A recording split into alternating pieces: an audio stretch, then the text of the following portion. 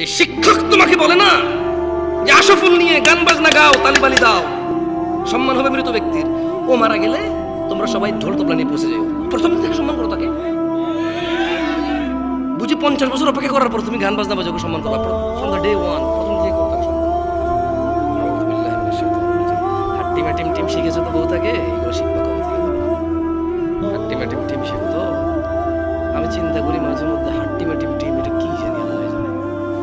এটা কি গরু ছাগল নাকি পাখি নাকি মানুষের মতো কিছু, এটা কি? তবে এটা দুটো শিং থাকবে, এটা ডিম পাড়বে, এতটুকু কনফার্ম আমরা।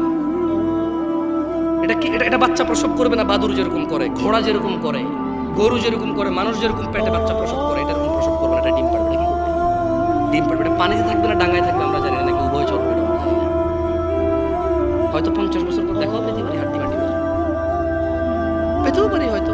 তবে তোমরা সেদিন চিনবা কিভাবে বলো তো? এটাকে দুটা শিং থাকবে, এটা ডিম পাড়বে। তার মানে এটা মুরগির মতো ডিম পাড়বে, কিন্তু শিং থাকবে গরুর মতো, শিং থাকবে ছাগলের মতো, হরিণের মতো, কিন্তু এটা ডিম পাড়বে মুরগির মতো, হাঁসের মতো, কোয়েল পাখির মতো, টিয়া পাখির মতো। কেমন শেখো, দেখা পেতেও পারো, তোমার নাতিপুতি পেয়ে যাবে। কেন আসছো এই মাহফিলে আমি জানি না, আমাকে কেন ডাকছো দূর থেকে বললাম আমি জানি না। গত বছর এখানে মাহফিল হয়েছে, আগের বছর হয়েছে। এই চেয়ারম্যান সাহেব উনি প্রতিদিন কোনো না কোনো প্রোগ্রামে যেতে হয়, রাইট? দাওয়াত পায়, সম্মান পায়, আলহামদুলিল্লাহ যায়। কিন্তু কি লাভ এই তোমরা প্রতি বছর মাহফিল করে? তোমার বাপের টাকা হলে জীবনে তো ফুল লাগাই না, মানুষ থেকে নাও তো ফুল লাগাও, বছর একবার করো।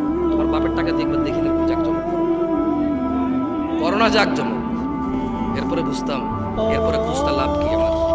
আপন ভাইয়ের ছেলে ইয়েতিম, তারে মাদ্রাসায় পড়ায় না, বলো যে হ্যাঁ তেরে পড়াই আমার লাভ কি? হ্যাঁ, আপন মা দুই ভাই বলে যে একলা আমি আব্বা আম্মারা চলে, আমার লাভ কি?